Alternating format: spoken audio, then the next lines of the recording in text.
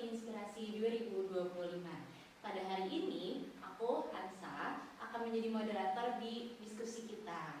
Nah, jadi kalau misalnya hari ini kita akan membahas tentang salah satu PK yang bumi banget, yang alam banget gitu. Di sini yaitu PK Lingkungan, Tata Ruang, dan Agraria. Di sini udah ada kakak-kakak cantik di sini, ada Naraya dan juga Kak Kaila. Oke, boleh dong Kak dikenalin dulu sekarang tuh lagi jadi apa sih di PK Litra? Dari Raya dulu. Oh, dari aku ya. Sebenarnya aku mahasiswa biasa, tapi untuk di Himalita sendiri aku di sini diamanai sebagai ketua departemen relasi. Oke. Terus aku dengar-dengar kalau ya ini sebagai mahasiswa berprestasi juga. Nah, kalau mahasiswa berprestasi itu gimana sih konsepnya? Sebenarnya kan mahasiswa berprestasi itu yang punya tentunya ya prestasi di bidang akademik maupun non akademik. Nah, di sini kebetulan aku pernah menjuarai beberapa lomba gitu. Dan itu sih paling, dan kenapa bisa dibilang mahasiswa berprestasi ya karena pernah menjuarai beberapa lomba aja. Oke, berarti kalau mahasiswa berprestasi itu kayak tiap PK tuh ada satu atau gimana? Sebenarnya as general pasti ada ya menurut aku setiap PK-nya. Jadi setiap PK menurut aku yakin ya anak-anak PK lainnya pasti juga punya mahasiswa berprestasi lainnya. Oke, kalau misalnya Kak Kaila sendiri sekarang menjabat sebagai apa nih? Oke teman-teman, perkenalkan aku Kaila Berry Nadita. Sekarang di Himalitra aku jadi ketua dari Himalitra itu sendiri. Oke, setelah kita kenal mungkin aku bakal lebih lanjut ke litranya dulu. Jadi kalau misalnya kakak sendiri nih menggambarin litra, satu kata atau satu kalimat deh yang menggambarin litra banget apa? Apa dulu nih? Bareng kalau beda. Oh, boleh. 1, 2, 3, hijau. Emang kita tuh hijau banget kebetulan. Kenapa itu hijau? Kenapa hijau? Karena hijau itu melambangkan udah filsuf ini. Kalau dari hijau sendiri dari segi warna ya, itu warna yang paling nyaman untuk mata. Oke. Mengisyaratkan bahwa di Litra itu ada kedamaian. Betul. Kita mengutamakan kesejahteraan. Gitu. Oke. Dan karena kita lingkungan pasti berbau hijau, kita identik dengan hijau sebenarnya. Betul. Oke. Jadi litra itu hijau. Hijau. Oke. Tapi kan sebenarnya kalau litra itu ada 3 hukum ya. Ada lingkungan, agraria, sama tata ruang. Nah, kalau bisa dari 3 ini sebenarnya persamaan dan perbedaannya tuh apa sih? Kenapa bisa disatuin? Oke, Kalau menurut aku dari ketiganya itu tentunya ada perbedaannya, tapi bukan persamaan, tetapi dari ketiganya itu saling melengkapi. Dimana ketika kita mempelajari hukum lingkungan, tentunya segi tata ruang dan juga agraria pun itu menjadi suatu ilmu yang pasti harus dipadukan ketika kita mengapply dalam suatu hal. betul. Sebenarnya untuk perbedaannya sendiri pasti lingkungan kita akan membahas ya terkait lingkungan ya, terkait sumber daya alam, terkait misalkan kalau misalnya perizinan UKL AMDAL kayak gitu ya. Kalau misalnya tata ruang ya dari segi perizinan tata ruangnya ada tata ruang laut dan segala macamnya. Sedangkan untuk agraria lebih ke pertanahan sih. Ada yang mau ditambahin? Betul ya tuh. Oke, kalau misalnya dari dosennya sendiri, kalau misalnya di litra itu dosennya gimana sih bentuk pembelajarannya? Oke, Siapa dulu nih? besok dari Oke. Kalau menurut aku selama ini karena aku dari awal bukan seseorang yang pindah-pindah PK gitu ya, aku benar-benar dari awal di PK Litra. Aku ngerasa emang dari awal ketika aku sebelum masuk PK itu kita kalau di Litra itu mempelajarinya tuh agraria dan lingkungan. Dan itu menurut aku tuh dari situ dosen-dosennya tuh penyampaiannya enak bagi aku, masuk banget. Terus banyak disisipkan analogi-analogi yang bikin logika kita itu nyatu gitu dengan apa yang disampaikan oleh dosen-dosennya. Terus juga yang paling aku senang sih sebenarnya dari pembelajaran yang ada di departemen kita tuh yang disampaikan sama Pak Imam. Aku sebenarnya suka sama beliau tuh gara-gara ketika beliau menyampaikan sesuatu itu nanti diakhiri dengan mini quiz lah istilahnya gitu, dan quiz itu benar-benar relate apa yang dia sampaikan. Jadi itu menstimulus otak kita untuk selalu mengingat apa yang dia sampaikan gitu. Kalau Raya gimana? Sebenarnya sepakat semuanya apa yang dibilang sama Kaila.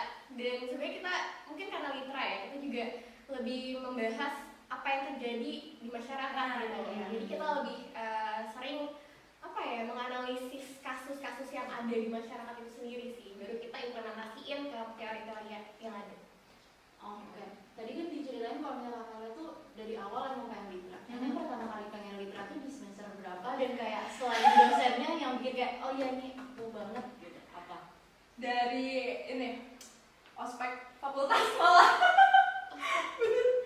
Serius? Sumpah, soalnya emang aku tuh bukan anak IPS awalnya, jadi ini just info aja gitu. Terus aku kayak masuk hukum itu bagi aku ibarat kayak kecelakaan gitu.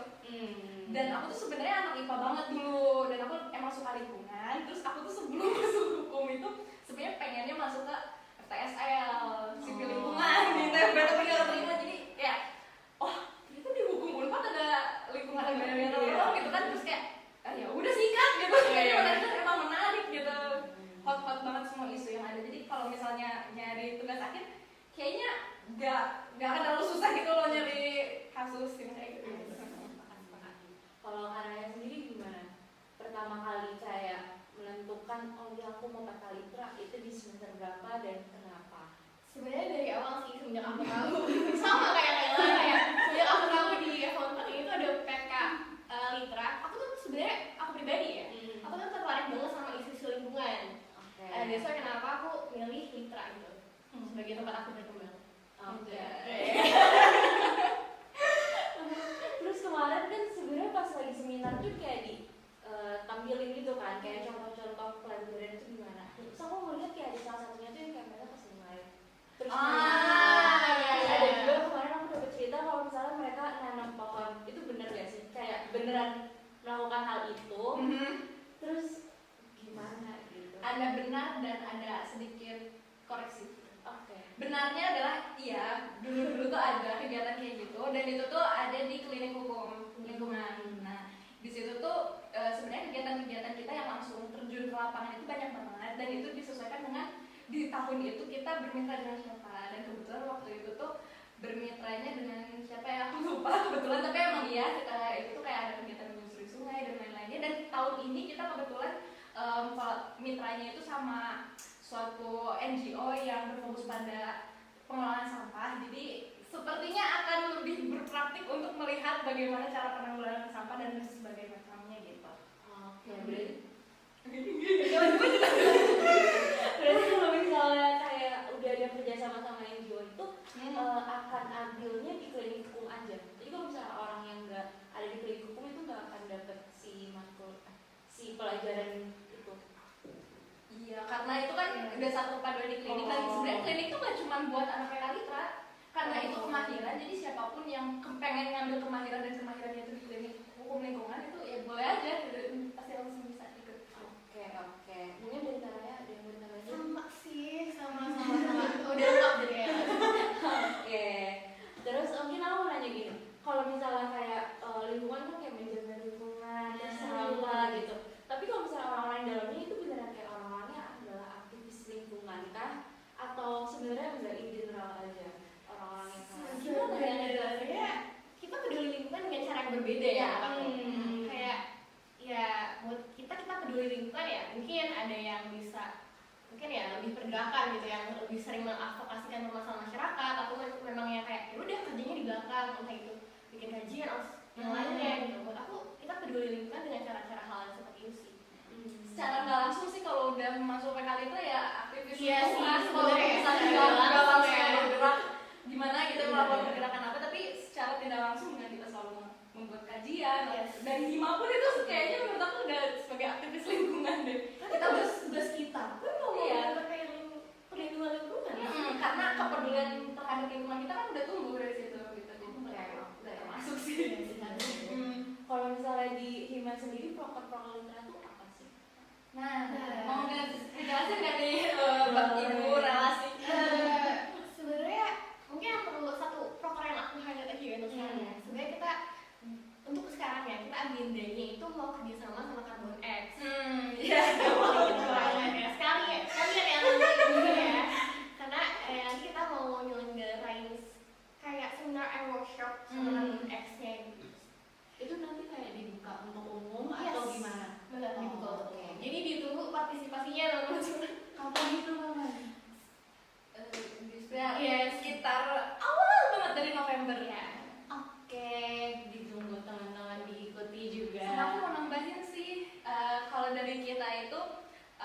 Yang pertama yang selalu ada di tiap tahun itu adalah Karel Talk atau Alumni Talk. Itu pasti akan selalu ada, di mana kita bakal ngobrol-ngobrol santai dan lebih dekat, lebih intimate lah gitu sama alumni-alumni kita, biar kita lebih terbuka wawasannya selama perkuliahan ataupun nantinya ketika sudah lulus dari universitas gitu. Terus juga yang unik dari tahun ini yang udah dilakuin awal banget ketika kabinet itu dibentuk, itu tuh kita ada sharing with Himalitra, di mana sebenarnya itu akal-akalan sih untuk menarik minat masuk untuk masuk Himalitra dan juga litranya itu sendiri gitu.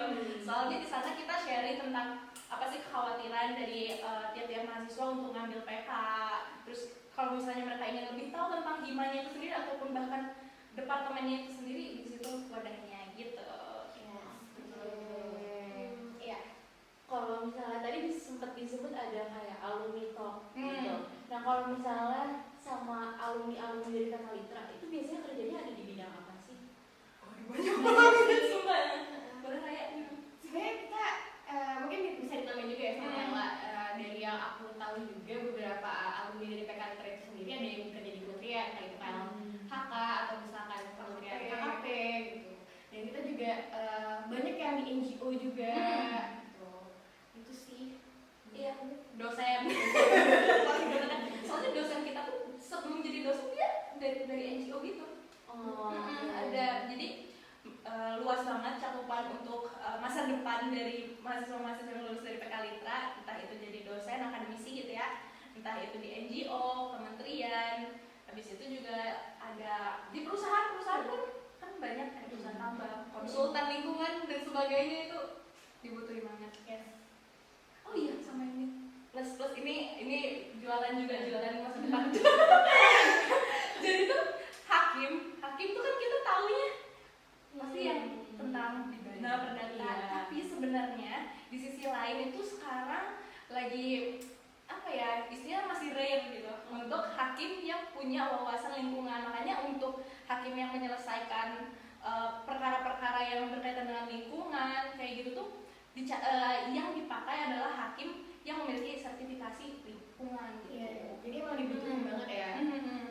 Oke, aku mau nanya tadi tentang sertifikasi lingkungan itu apa sih sertifikasi? Nah, kalau hakim itu sendiri nanti tuh ada kayak pelatihannya tersendiri, dan di situ nanti mereka dapat sertifikat itu. Dan itu tuh kayak gimana ya, kalau misalnya ketika udah jadi hakimnya gitu terus dia belum punya background literat tuh kayak rasanya belum kegali dalam gitu lah. Jadi kalau misalnya udah masuk PKLitra tuh wawasannya lebih mudah tajam lagi ya. kalau tentang lingkungan, tentang agrarianya. Oke, mungkin selanjutnya aku bakal cerita lebih nanya lebih dalam tentang kalau misalnya kayak personal gitu. Kalau misalnya di lingkungannya si mahasiswanya ini kayak kompetitif kah? Mahasiswanya atau gimana? Balance gak sih kita mah? Yes, balance. Berapa sih kira-kira seangkatan? Rata-rata Sebenarnya PKLitra tuh termasuk PK yang paling dikit ya menurut saya. Dulu tuh kayak kalau aku dengar dari alumni yang udah temponya itu tuh kayak kisaran 5, 6 dan nggak nyampe 10 kan gitu, pasti di bawah 10. Cuman sekarang nggak tahu kenapa ini tuh banyak yang tertarik. Iya. Di angkatan kita tuh ada belasan pokoknya di angkatan kita, angkatan 22, terus di angkatan 23 pun aku ngeliat lumayan banyak ya, banyak, pokoknya lebih dari 10 gitu lah. Jadi ya lumayan peningkatan. Ya kita bisa dibilang lumayan chill sih anak-anaknya. Kita chill dan saling support. Ya, kalau di kelasnya sendiri berarti kalau misalnya 10 orang gitu lebih kayak diskusi sama dosen gitu. To be nggak sih? honest, iya. Karena aku pengalaman pribadi ya, itu kalau misalnya boleh sedikit cerita. Semester kemarin tuh ada matkul baru kan, namanya perubahan iklim. Oh iya. Nah, itu cuma 3 orang. itu 3 orang. Dan kita beneran kayak private aja gitu sama dosen, beneran kayak sama private itu. Kayak, Tapi sebenarnya itu kayak enak atau enggak kalau misalnya sedikit? menurut aku enak sih. To be honest, lebih intim aja. Kalau kita emang minatnya besar di situ, ketika ketemu dosen dan bisa jalan-jalan nanya, diskusi itu oke banget lah. Oke. Kalau misalnya rata-rata orang yang masuk ke Litra ini biasanya alasan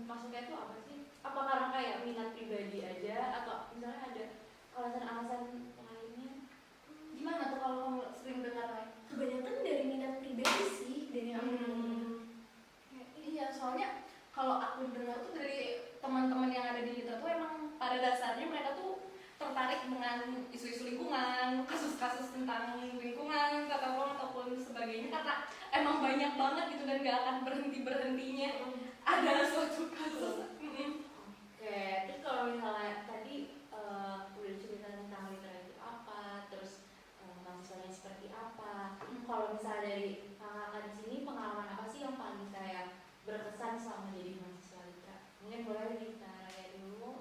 Dari aku ya, yang paling berkesan ya, untuk yang lagi berjalan sekarang sih paling aku dapat dari dosen dan menurut aku itu berkesan banget. Jadi aku juga melihat dari banyak banget perspektif mengenai lingkungan, entah dari pemerintahnya itu sendiri, entah dari perusahaan swasta dan segala macamnya, jadi dan masyarakatnya juga pastinya. Jadi kayak menarik aja sih di mataku dan aku sangat amat bersyukur sih dengan pengalaman itu. Kalau misalnya dari kakak gimana? Kalau bagi aku ketika aku join di PK Litra dan Hima Litra itu, aku ngerasa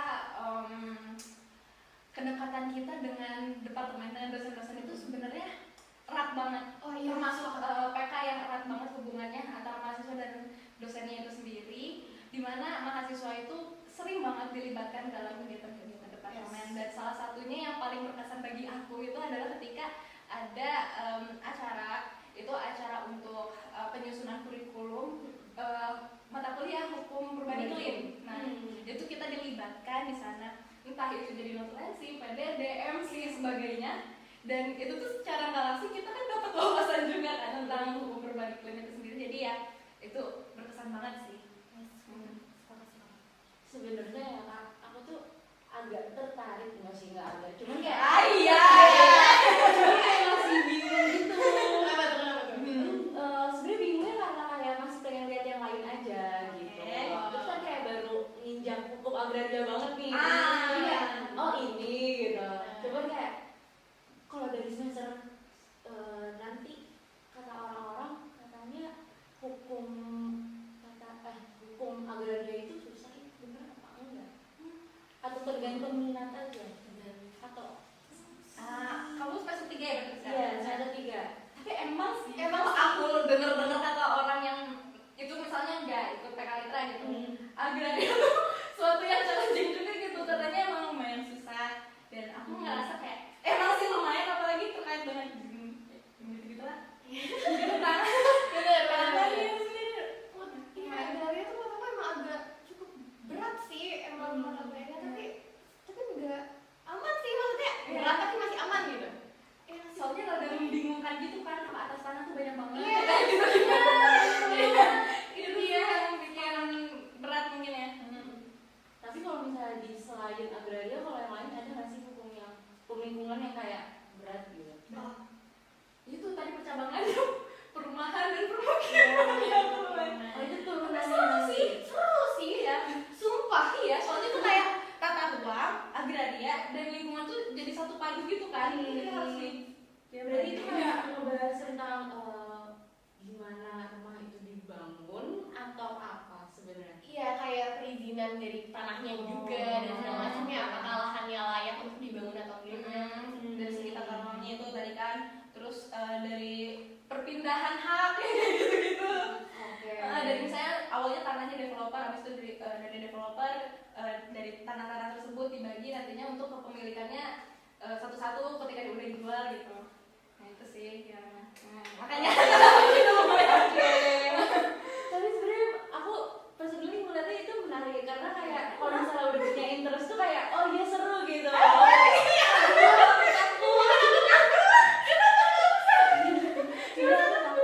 Karena kalau ada orang yang bilang kayak lingkungan itu susah gitu, jadi kayak aku di satu sisi takut, tapi kalau aku pas baru menginjakan ini itu kayak tapi menarik gitu. Jadi sebenarnya bisa apa enggak? Bisa, Kalau yang misalnya takutin. kalau misalnya orang yang gak ada interest itu akan lebih susah kah? Atau kayak Bagi aku interest itu nomor 1. Iya sih. jadi kayak Apapun PK-nya ya. As long you enjoy it, itu bakal mudah untuk melakukan. Gak mudah juga, maksudnya lebih mudah untuk melaluinya. Gitu.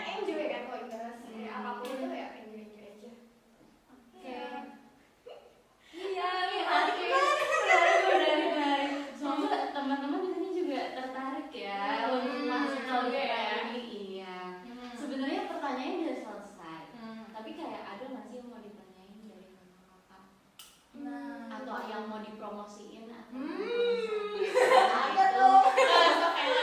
Oke, jadi kalau dari departemen maksudnya PK Litra itu sendiri kan kita tahu pasti masih ada magang MBKM gitu kan, MBKM. Nah, kalau di PK Litra itu salah satu yang sepertinya lebih mudah untuk konversi ke SKS mata kuliah bukan pilihan, mata kuliah wajib PK Litra gitu. Jadi ketika kita ikut MBKM itu kan kalau sekarang tuh di FH tuh ada banyak banget sama NGO sama kementerian. Jadi ada dari kementerian, habis itu ada juga NGO tuh WWF, terus ISOL sama apa lagi ya?